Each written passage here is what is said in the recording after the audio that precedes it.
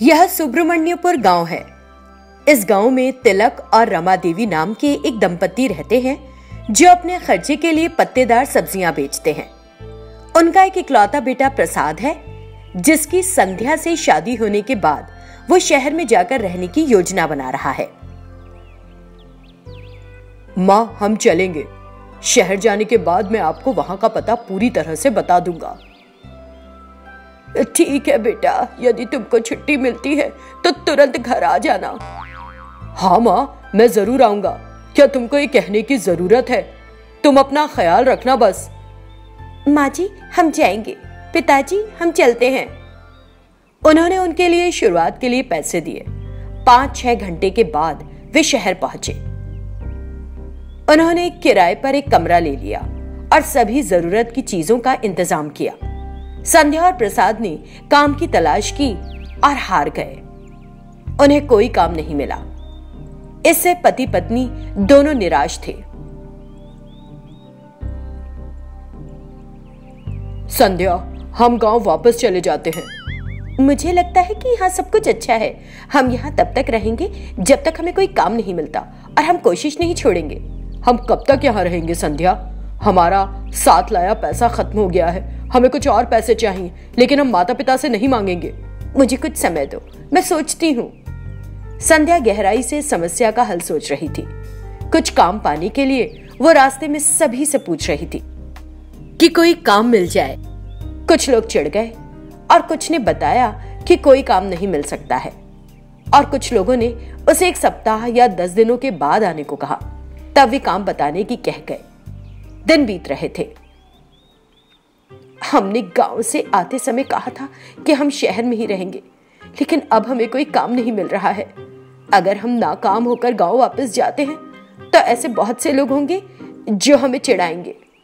इस तरह वो खुद से बात कर रही थी और जा रही थी। दूसरी तरफ से एक आदमी अपनी बाइक को धक्का देता हुआ आ रहा था और एक और व्यक्ति पंचर की दुकान खोज रहा था। कार में से एक व्यक्ति नीचे उतर गया और संध्या से पूछा, सुनिए मैडम, क्या यहाँ कोई पंक्चर की दुकान है?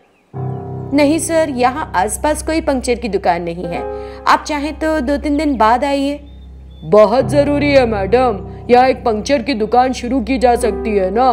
कई ग्राहक मिलेंगे, हमेशा लाइन लगा करेगी। उसने ऐसा कहा और वहां से चला गया। उसके कहे शब्द संध्या के दिमाग में घूम रहे थे। संध्या ने सोचा कि अगर वो इस इलाके में एक पंक्चर की दुकान शुरू करे तो अच्छा रहेगा। उसने अपने पति प्रसाद को बताया। उसने इसके लिए हाँ कह दी। उसने अपने सोने के जेवर गिरवी रखकर पैसे लिए। उस पैसे को लाई और एक पंक्चर की दुकान शुरू की।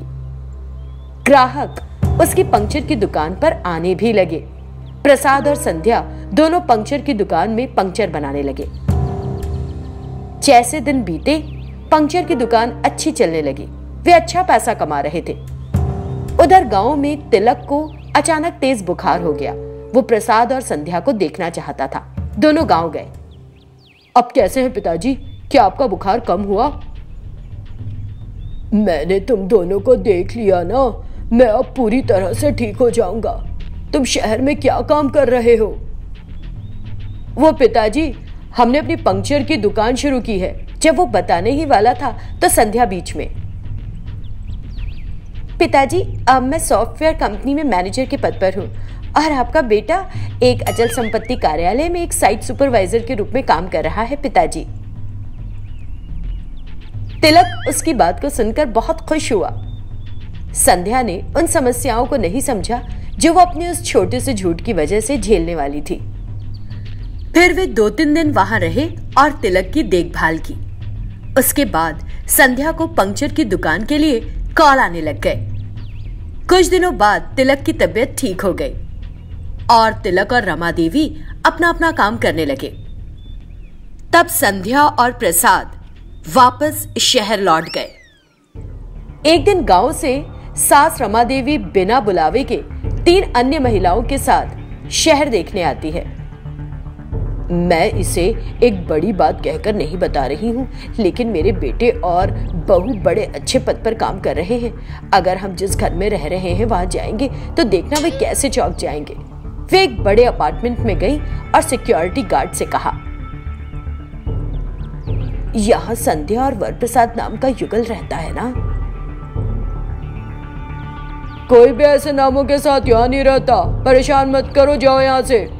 जैसे कि उस सुरक्षा गार्ड ने कहा, उसे लगा जैसे कि उसकी गरिमा उसके साथ आई अन्य महिलाओं के सामने खराब हो गई है। फिर वे दूसरे अपार्टमेंट में गए और वहां पूछा। वहां भी उन्होंने बताया कि उस नाम का कोई नहीं रहता है। रमा देवी उसके साथ आई महिलाओं के सामने निराश हो गई। इस तरह कोई नहीं मिलेगा, मैं अपनी बहू को कॉल लगाती हूँ।